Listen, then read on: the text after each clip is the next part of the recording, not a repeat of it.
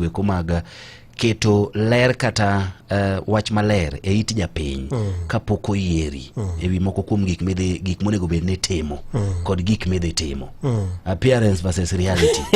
Now, in ineno nade komakore koda weche go eko mag civic education? Who is failing? Dibed ni en ng'at ma go sero japiny mondo gone kura kowacho weche ma samoro konego bed no dhi timo, koso en ng'at ma osedonje telo ma samoro yudo ni gik ma oketne kaka tije opogore gik ma nonyiso japiny? Penjo maber ahinya Kafaya, to en nikech wach mar civic education to sirikal ema fail japiny. To sirikal fail japiny to fail nyaka jasiasa.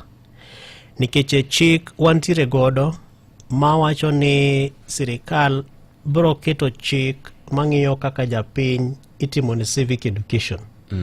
To kose ket chik no to nyaka kete budget be.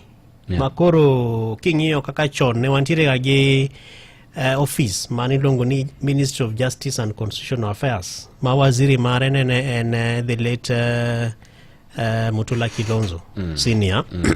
To kane wantiere gi ministry no e kanyo ne ntiere program maduong' kabisa mar civic education ma iluongo ni KNICEP, Kenya National Integrated Civic Education Program.